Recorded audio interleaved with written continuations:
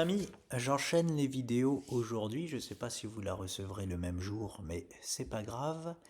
Euh, alors, pourquoi je vous fais une vidéo sur Tesla? Parce que justement, on a un changement de paradigme. Comme je le dis sur le Bitcoin, je reste sur mon plan jusqu'à preuve du contraire. Et bien là, sur Tesla, il y a une preuve du contraire. C'est-à-dire que, on le verra en daily, on a vraiment tout parfaitement anticipé sur Tesla depuis un bon moment, hein. Et là, j'anticipe quelque chose d'autre que ce canal donc bleu dans lequel nous étions depuis très longtemps, hein. Il a pris racine le 2 janvier 2023. Donc depuis toute l'année 2023, on est dans ce beau canal ascendant bleu et je pense, les amis, que nous allons le quitter, tout simplement, parce que normalement, ce qui a à privilégier, et c'est pour ça que je me suis fait mon premier hater, c'était avec le Bitcoin, ce qui a à privilégier dans ce genre de choses, c'est oui, hop, on revient en bas et on retourne vers le haut. C'est comme ça que je m'étais créé un non-fan sur le Bitcoin, parce que j'avais dit, eh ben, je privilégie ça. Voilà, on va sortir de là. J'avais fait pareil sur le Bitcoin m'avait donné raison, ça n'avait pas plu, mais comme je dis, ce que je dis, c'est pas ce que je pense, c'est ce que le marché nous donne. Je le répéterai jamais assez et je vous le dirai tout le temps. C'est pour ça que maintenant je vois cette flèche-là, d'ailleurs je vais prendre le chiffre, 210 $, ça peut être intéressant. En plus, on a ce merveilleux support Ishimoku, hein. Donc, les pointillés noirs, c'est le support chartisme, et Ishimoku se combine parfaitement. On a le haut du nuage, donc les 210 $, ici en hebdo en tout cas, serait un poids d'achat exceptionnel. Par contre, je pense qu'on va aller encore plus bas, hein. Je ne sais pas si ces 210 vont tenir, mais par exemple, celui qui veut entrer en position sur du Tesla, ben voilà moi ce que je ferai, hein, tout simplement.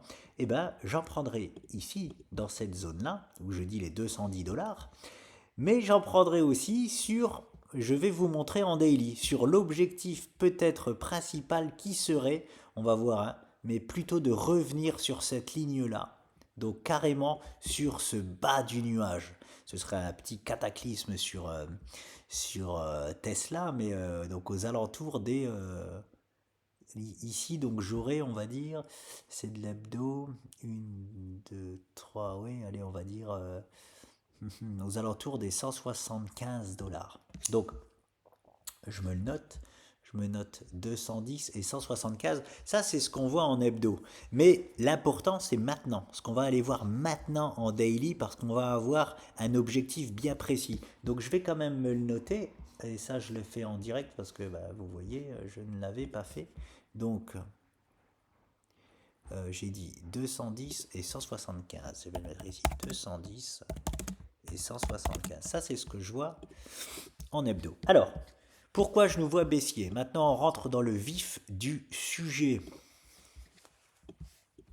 Voilà notre figure, hein, qu'on a depuis vraiment longtemps maintenant. Alors, quand je dis qu'on a tout anticipé, je parle bien moi, tout anticipé sur Tesla. Je ne sais pas si vous vous souvenez, il y a juste à regarder mes vidéos précédentes sur Tesla, hein, vous le verrez que je n'invente rien. Lorsqu'on était ici, j'avais dit moi je suis vendeur. Enfin, si je détenais du Tesla, bien sûr, bien évidemment que je vends. Et ma zone de rachat serait cette bulle-là. Nous étions venus dedans et en plus j'avais complètement oublié de vous le dire, avec un magnifique, c'est ce que je disais à mon associé, avec un magnifique, ce qu'on appelle un nihilo reversal, c'est-à-dire que ça c'est extrêmement puissant, hein. C'est-à-dire que le lendemain, avec la séance du lendemain, on pouvait savoir que c'était fortement haussier pour retourner, voilà, jusqu'où bah, cette zone noire là qu'on avait privilégiée. Mais bon, bref, donc ici on avait dit on vend, ici on avait dit on achète, et ici qu'est-ce qu'on avait dit quand on était dans cette zone-là? Je ne sais plus sur quelle séance exactement. J'étais venu vous tracer cette bulle-là et je vous avais dit, là, déjà, je change de plan dans le sens où je ne pense pas que nous allons venir ici. Je pense que nous allons être freinés là et je revends ici. Voilà. Donc, on a vendu ici, acheté ici, revendu ici. Et maintenant, donc, on serait très probablement toujours avec notre position vendeuse, parce que moi, personnellement, je ne rachèterai pas À l'heure actuelle, au contraire, hein, je vois ce mouvement donc baissier ici. Pourquoi? Pourquoi? Parce que, je vais le mettre plus en évidence, on a un cas d'école là les amis. Quand je dis un cas d'école, c'est, vous voyez des fois je vous dis, ah je suis pas très sûr de ma figure, donc on attend de voir ce que ça dessine. Là on a un cas d'école sous les yeux. Pourquoi on a un cas d'école? Je vais peut-être enlever un peu toutes ces flèches là. C'est ce qu'on appelle un triangle asymétrique de sommet que nous avons ici. Et ces triangles-là, en moyenne, écoutez bien ce que je vous dis, en moyenne sont cassés à 80% de la figure. Alors, regardez la magie. Le triangle a été créé ici. On va jusqu'au point de fermeture du triangle. Le triangle se ferme ici. Et voilà, la pointe du triangle est ici. Vous voyez comme moi, 80 unités. D'accord. Qu'est-ce que c'est 80% de 80? Ben, c'est 8 fois 8, 64. Donc, théoriquement, ce triangle-là est très souvent cassé à 64 unités. Regardez, on a eu une cassure baissière hier, pardon. On n'a pas encore la cotation du jour, hier. Je vais sur cette cotation, regardez. 64 unités. C'est pour ça que je vous dis que c'est un cas d'école, cette figure. On a un magnifique triangle touché une fois, deux fois, trois fois en haut, une fois, deux fois en bas, donc on a 5, donc la figure est déjà complètement valide, c'est-à-dire elle existe si on a 4 points, mais elle est complètement valide si on en a 5. Donc, complètement valide, et en plus de ça, on se fait une petite sortie baissière à 80% pile poil de ce qu'on appelle la base apex. Voilà. Donc, je suis obligé de classer cette figure-là dans cas d'école. Maintenant, je vais enlever cette flèche-là. Je vais mettre ça en un petit peu moins gros, voilà, qu'on voit un peu mieux. Voilà, on peut se dire, ah oui, mais on a cassé, la cassure, elle est timide. Je la trouve pas timide, la cassure, mais on peut dire, elle est timide, et en plus de ça, on arrive sur un genre de poids support qui avait fait support ici, et aussi ici. Oui, c'est vrai. Oui, c'est vrai, on peut potentiellement être sur un faux départ, une fausse cassure baissière. Oui, je ne vous dis pas le contraire. J'ai mis les stats ici, les amis. 16% de fausses cassures et souvent avant 75% de base apex. C'est-à-dire que les fausses cassures sont très souvent avant les 80% de la base apex, donc avant la séance d'aujourd'hui.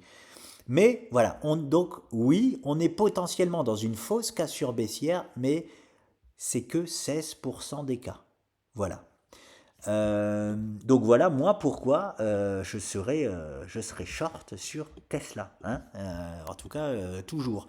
Attention, il y a quand même, non je l'ai mis, il y a 6 chances sur 10 de faire ce qu'on appelle des pullbacks. Donc on peut en plus se servir très bien de cet ancien canal que je pense que nous allons casser à la baisse. Mais pourquoi pas s'en servir pour faire un pullback ici, hop, comme ça, avant de vraiment privilégier la baisse.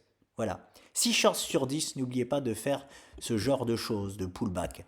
Et ça met en moyenne entre 11 et 13 jours, ce qui signifie donc 1, 2, 3, 4, 5, 6, 7, 8, 9, 10, 11, 12, 13. Voilà, donc à peu près à la terminaison du triangle. Donc qu'est-ce que ça nous ferait? Qu'est-ce que cela nous ferait? Je vais vous le mettre en flèche. Donc je mets au hasard hein, la taille parce qu'on peut très bien venir là ou venir là. Donc je mets au hasard, mais ça peut très bien du coup faire à peu près ça, hop, avant d'aller chercher l'objectif un peu plus bas. Donc voilà, l'objectif que je privilégie sur Tesla à l'heure actuelle, c'est soit celui-là, soit tout simplement on ne fait pas de pullback, parce que bon, 40% de chance c'est quand même énorme, hein, on n'est pas dans 16% des cas, hein, 40% de chance, donc 6 chances sur 10 de faire ce scénario-là, et 4 chances sur 10 de faire tout simplement ça. Voilà. Maintenant, on va déterminer notre zone de rachat. Hein, si on short, quelle est notre zone de rachat de short? Alors, je l'ai mis ici 20%. Ah, je savais même pas que je l'avais déjà mis. D'accord, j'avais déjà anticipé, oui, j'avais anticipé cette cassure-là, j'avais déjà dû faire une vidéo dessus. Donc, 20%, allez, on va se mettre ici. En moyenne, on perd 20% sur ce genre de figure. Ça nous ferait arriver donc aux 196 dollars sur Tesla.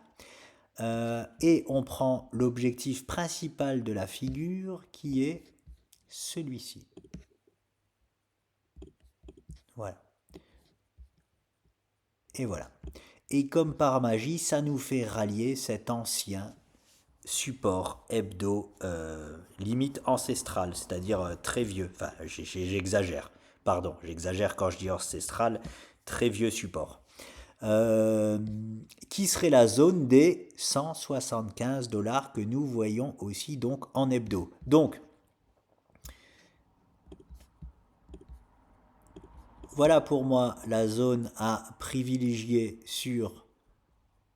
Alors, je mets la bulle ici. Vous savez bien qu'on va pas y venir, parce qu'on va pas y venir en 3 séances. Ce que je veux dire, c'est qu'on va venir dans cette zone-là, mais probablement quand on sera. Enfin, si on y vient déjà, voilà, plutôt. Là, je la place purement au hasard, hein, en termes de temps. Voilà. Voilà la zone à privilégier 6,2 fois sur 10. C'est-à-dire on a 62% de chance d'arriver aux alentours des 175 dollars sur Tesla.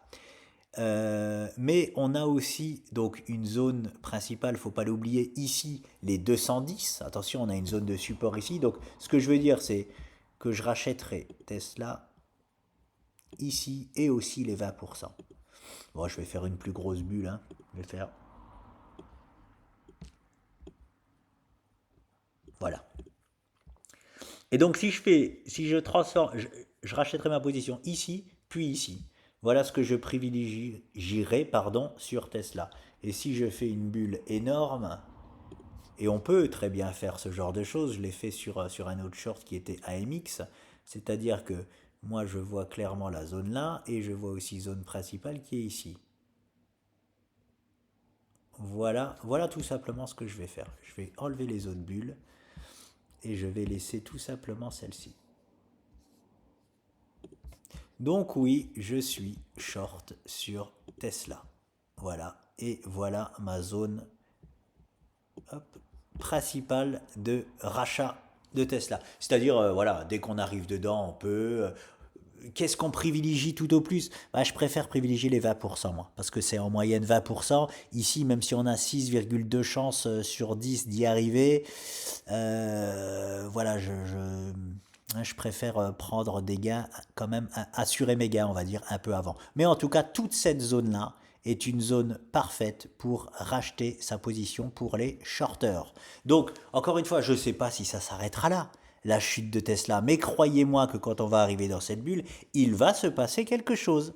Est-ce qu'on va assister à un rebond vers le haut ou est-ce qu'on va assister à une continuation baissière? Je ne sais pas, mais il y aura une zone de tergiversation. Voilà, c'est ça que je veux dire. Et c'est tout. C'est déjà assez long comme ça. C'est tout. Je vous dis au revoir et à bientôt.